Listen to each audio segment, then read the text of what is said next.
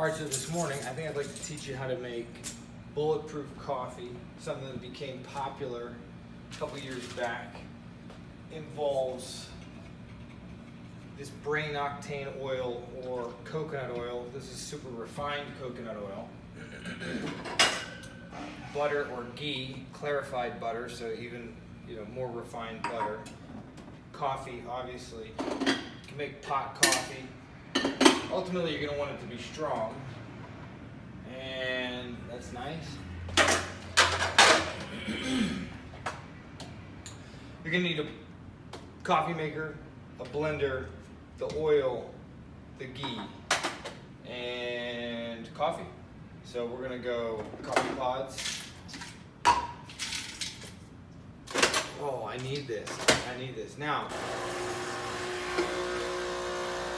the thing with the bulletproof coffee is, right, you're adding oil, fat to your coffee. The idea is if I just drank this coffee by itself, I'd feel jittery.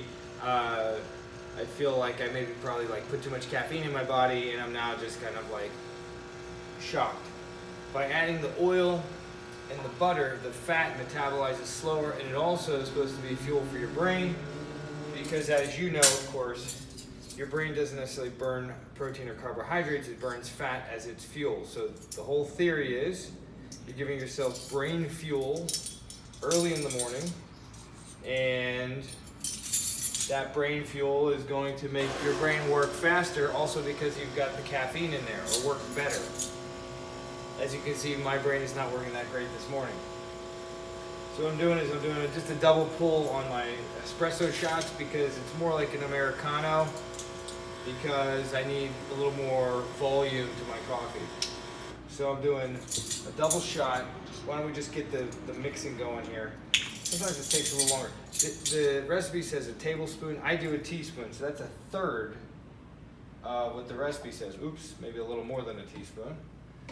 But the fact of the matter is, I'm not eating super lean throughout the day, nor am I watching calories.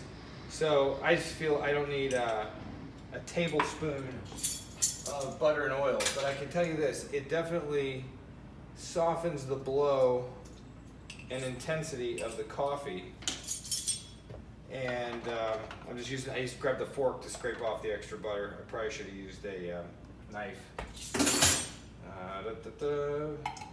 But what I found is this does actually satiate me. It doesn't make, I'm not hungry throughout the morning if I've got a lot to do, and I'm not in the mood for having a heavy breakfast first thing in the morning, which I rarely am. Why would I want to just get out of bed and start eating oatmeal or eggs or something like that, or whatever you would eat? I'd rather kind of wake up, get hungry, enjoy my breakfast when breakfast time comes 2 or 3 hours from now. So we'll get the coffee in here, we'll blend it, and my favorite mug is downstairs, so that's where we will conclude the episode. It's also going to be really hot, so I'm not necessarily going to be able to show you how delicious it is. We got our oil in there, we got our butter in there, we're getting our coffee in there. The last step is to blend it. One more pull. Thank you for getting through this. Again, I do a teaspoon rather than a tablespoon each of the ghee and the brain octane oil. And you don't have to buy this specific stuff. You can actually put it, this is caprylic and caprylic acid and triglycerides from highly refined coconut oil, right? So if you had the coconut oil, you'd be good. One more thing, it's I'm not sponsored by these people, but it seems to work.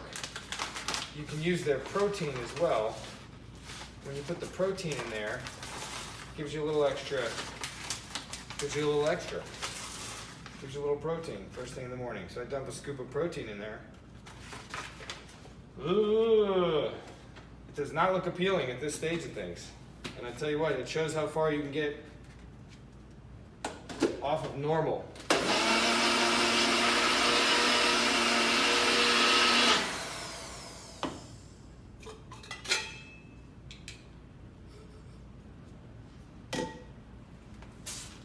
Seems clean enough. There you go. Tasty goodness. It's good. It's very hot and foamy. I like it. And it's just enough to get my day started. Talk to you later.